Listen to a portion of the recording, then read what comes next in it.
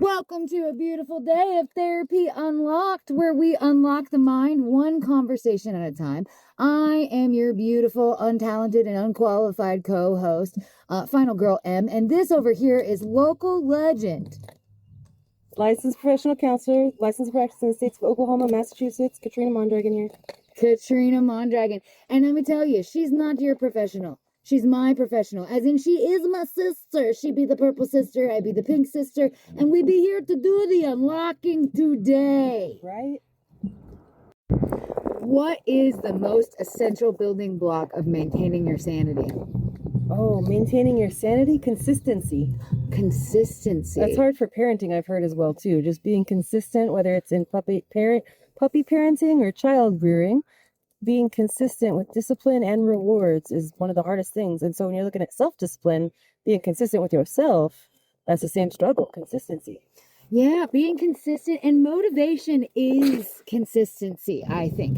It's discipline. It's a habit, you know? Yes. So if you are feeling unmotivated and you need to find your consistency and maintain your sanity, I think you have to have some kind of creative id or some motivation, right? Well, yeah, and I also think maybe this is an unpopular opinion, but a ritual of some sort, just whether it's a morning ritual, a prayer ritual, a meditation ritual, a yoga ritual, whatever is your ritual, do that and do it every single day, and you might feel some sort of way better. Stand in the mirror and tell yourself to dream bigger. You know, stand there and tell yourself that you are who you think you are, because that's the only validation that you really need, I think. Internal validation is necessary, yes. And external validation might feel nice to get those likes, those comments, those clicks, but it shouldn't be necessary. If you need external validation, maybe talk to somebody who can help you get some of that internal self-validation. What qualifies or quantifies as external validation to you? Your hair's so pretty. That's external validation. Oh, okay, but you saying that makes me think of the fact that external validation has been a building block for me in coming back to life, so to speak, and it's all been built on parasocial relationships. So the flip side of that is that it takes a village. And I don't think that that village dissipates when you turn 18 or just become an adult. We still all need a community, because healing doesn't happen in isolation. No.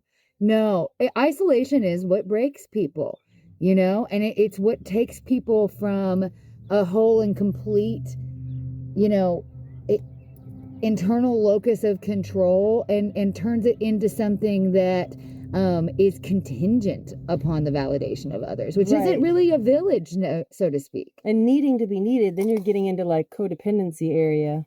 Oh.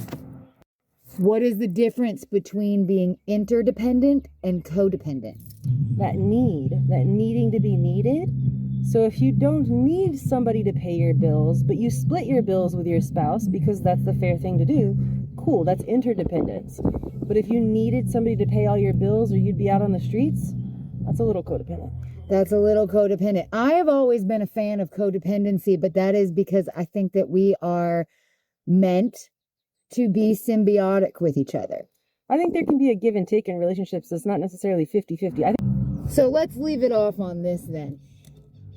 If this is the year 2026, if you're an astrology fan, this is a whole new cycle.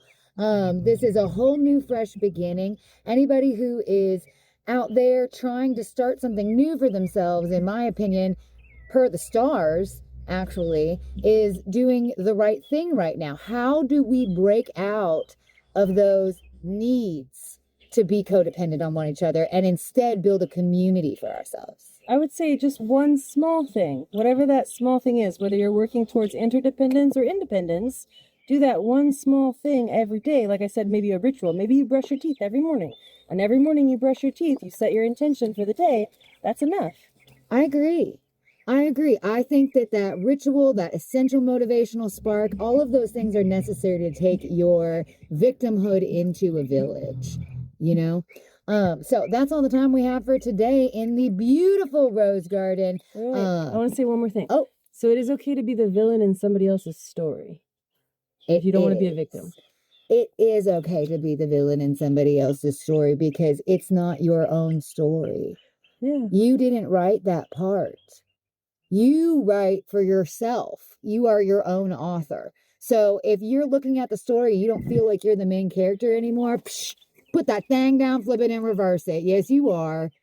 Yes, you are. And with that, I hope we unlocked something in your mind today. Come back and see us and leave a comment. Later.